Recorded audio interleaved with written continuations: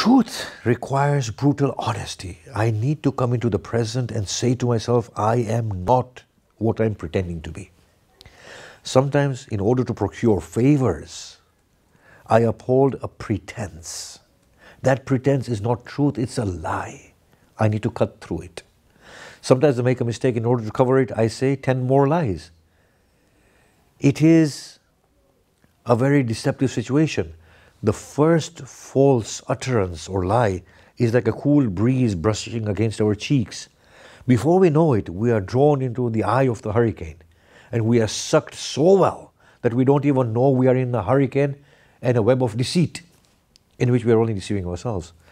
Allah says about these people, Summun bukmun umyun fahum la yarja'un, deaf, dumb and blind, they will not return. Yukhadi'un Allah wallah yakhda'ahum. They seek to deceive Allah, but Allah deceives them and lets them wander off in their blindness, because they bring about a pretentious personality, and Allah allows them into thinking that they have fooled everyone through their pretense, and ultimately they begin to fool themselves into thinking that the pretense is real. So truthfulness requires that we are introspecting and at all points saying, this was not accurate. I need to make amends. If I wrong somebody, the greatest point of humility is for me to go and seek forgiveness. I have to do this sometimes in order to remind myself that I need to be truthful so that I don't do it in the future. It is better, therefore, to humiliate ourselves and go to our brother and say, look, dear brother, you think good of me, but I have done this wrong.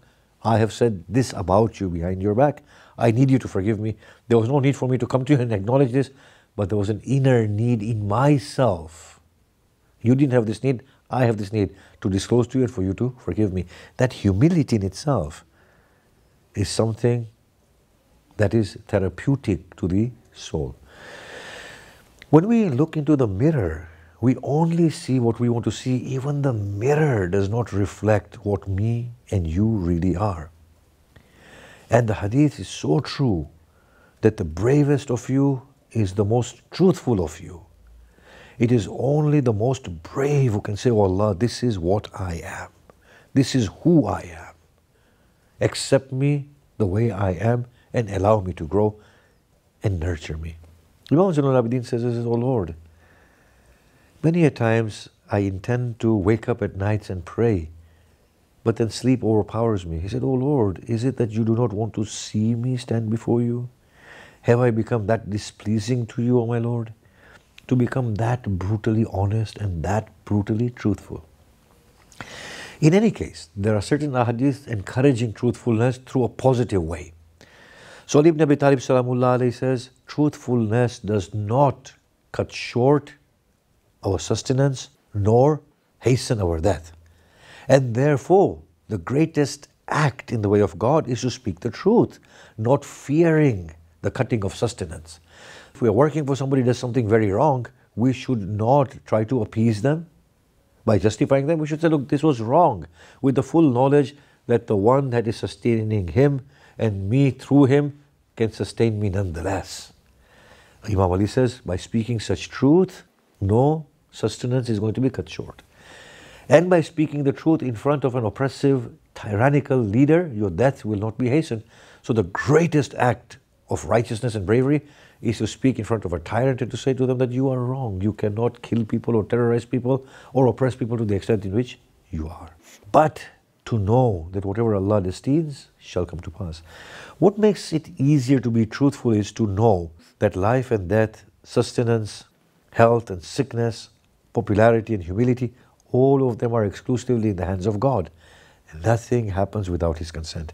As Abraham said in the Quran, that nothing will happen to us save if Allah wants. Or as Allah says in the story of Harut and Marut, the two angels, that people learned from them how to harm others, to separate a husband from his wife. And Allah says nothing could harm them save by the consent of God. And if the consent of God is there, it is going to happen anyway. It's a test due to you. Our ulama say the least amount of truthfulness is that a person be truthful in their speech. After that is to be truthful in their promises.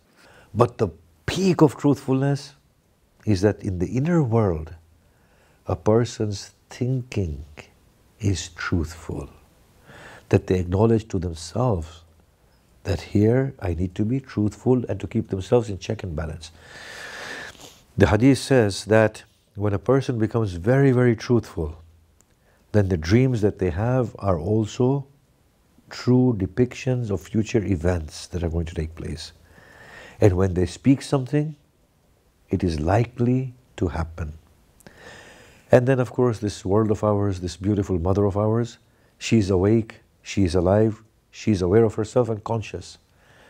She caters for us, she nurtures us, or Allah nurtures us through her. And if we are truthful, and there is wholesomeness of intention and truthfulness, and no pretense, then our mother beautifully conspires for us and makes things happen. So truthfulness is an essential factor of the beginning of the journey. وصلى الله على محمد وعلى الطيبين الطاهرين.